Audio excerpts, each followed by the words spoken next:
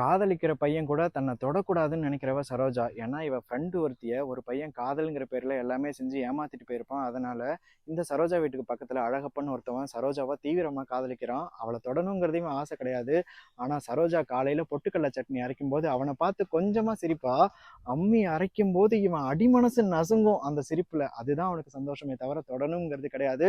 அவ தொட்டு கொடுத்த கர்ச்சிப்பை கூட ஆசையா எடுத்து அவ வாசத்தை அதுல நுகர்ந்து அதுலயே அவன் வாழ்ந்துருவான்.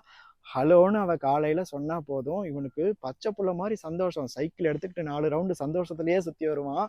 6 மணிக்கு தண்ணி வரும், குடத்தை எடுத்துட்டு இவ போகணும். ஆனா 5 மணிக்கே இவ போயிடுவா. 1 மணி நேரம் நமக்காக முன்னாடியே வந்துட்டாலேன்னு இவன் சந்தோஷத்துல வீட்டுக்கு ஓடி, அவங்க வீட்டுல அயன் பாக்ஸ் எல்லாம் இருக்காது, துணியை மடிச்சு வச்சு அது மேல வெயிட்டுக்கு பொட்டி வச்சிருவாங்க. அது அயன் பண்ண மாதிரி ஆயிடும். அதை எடுத்து மாட்டிக்கிட்டு வந்து அவளை பார்த்து சிரிச்சிட்டு இருப்பான். 10 பைசா பீடி குடிக்க கூட இவங்கிட்ட காசு இருக்காது. ஆனா 30 ரூபா இருந்தா அவ ஃப்ரெண்ட்ஸ் கூட ஊட்டிக்கு ட்ரிப் போவாளேன்னு சொல்லிட்டு அம்மாவோட 30 ரூபா காசை திருடி அவளோட தம்பி கிட்ட கொடுத்து உங்க அக்காவை ஊட்டிக்கு போக சொல்லுன்னு சொல்லுவான். இவனுக்கும் ஊட்டிக்கு போகணும்னு ஆசை இருக்கும். ஆனா போட்டுக்க நல்ல ட்ரெஸ் இருக்காது.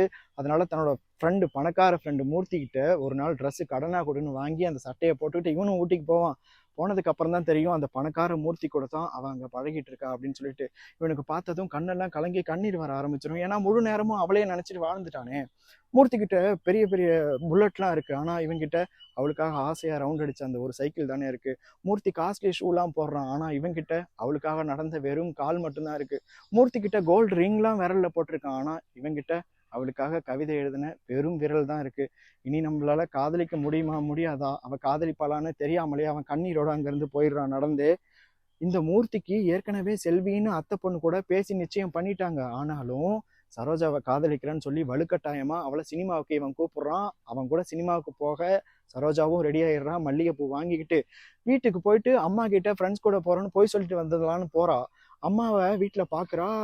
அம்மா ஜவுளி கடைக்காரன் கூட தகாத முறையில இருக்கா. ஜன்னல் வழியா இவ பாத்துடுறா. அம்மாவும் இவளை பாத்துடுறாங்க. காதலன் கூட தன்னை தொடக்கூடாதுன்னு நினைச்ச அவ அம்மாவை இப்படி பார்த்ததும் தன்னோட காதலையும் கையில இருந்த மல்லிகைப்பூவையும் சாக்கடையில போட்டுடுறா. இப்போ சரோஜாவுக்கும் மூர்த்திக்கும் இருக்கிற காதல் என்னாச்சு, சரோஜா அம்மாவுக்கும் ஜவுளி கடைக்காரனுக்கும் இருக்கிற உறவு என்னாச்சு, சரோஜாவை நினைச்ச அழகப்பனோட நிலைமை என்னாச்சு, மூர்த்தியை நினைச்சிட்டு இருக்கிற செல்வியோட நிலைமை என்னாச்சு. ஷார்ட்ஸ்ல 3 நிமிடங்களுக்கு மேல பதிவு செய்ய முடியாததுனால மீதம் இருக்கிற 2 நிமிட கதையை நான் முழு வீடியோவா போட்டிருக்கேன். என் பேருக்கு கீழே சுவர் இல்லாத சித்திரங்கள்னு இருக்குல்ல, இதுல ஜஸ்ட் நீங்க கிளிக் பண்ணீங்கனாலே மீதி கதையை பார்த்துக்கலாம். தேங்க்யூ.